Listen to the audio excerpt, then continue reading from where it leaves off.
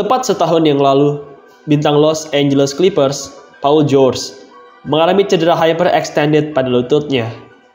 Di saat itu juga, Paul George langsung tidak bisa bermain lagi dan dibawa keluar lapangan.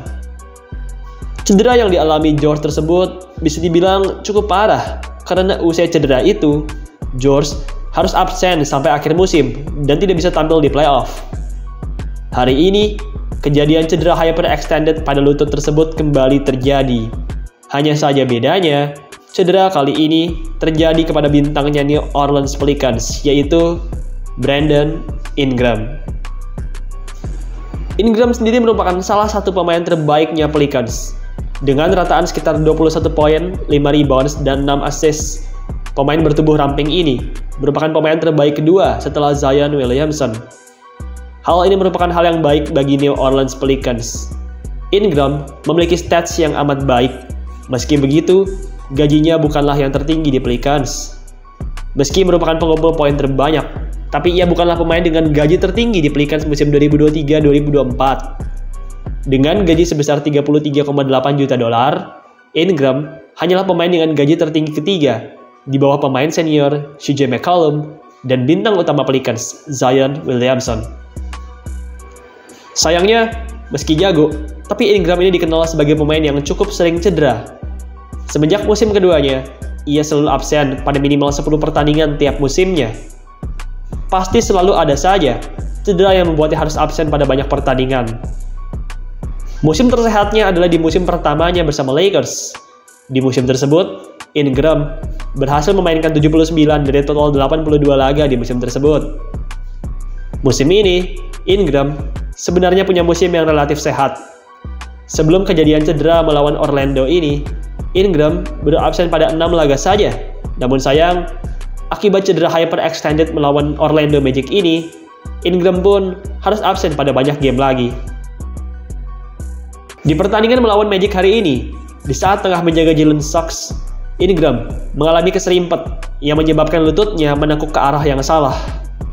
Cedera tersebut sendiri memiliki nama hyperextended knee injury, dan biasanya manusia yang mengalami cedera tersebut dapat mengalami beberapa resiko, mulai dari resiko menengah seperti memar pada tulang atau kesleo biasa, hingga putusnya meniskus dan ACL.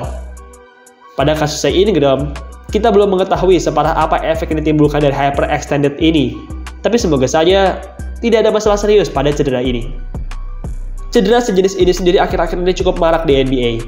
Pada 2017 misalnya, pemain Warriors Kevin Durant mengalami hyperextended knee injury akibat rekannya sendiri. Saat itu, rekannya KD, Zaza Pachulia, flopping dan pura-pura terjatuh. Bodohnya, ia tidak melihat posisinya dan malah menabrak KD di bagian lutut. Akibat hal tersebut, KD pun saat itu harus absen pada 17 laga. Selain KD, bintang Sixers Joel Embiid juga pernah mengalami kejadian serupa.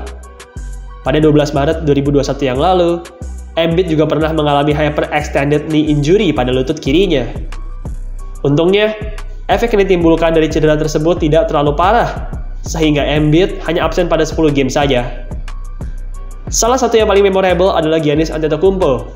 Pada game 4 final wilayah timur melawan Atlanta Hawks, Giannis mengalami hyperextended knee yang terlihat mengerikan.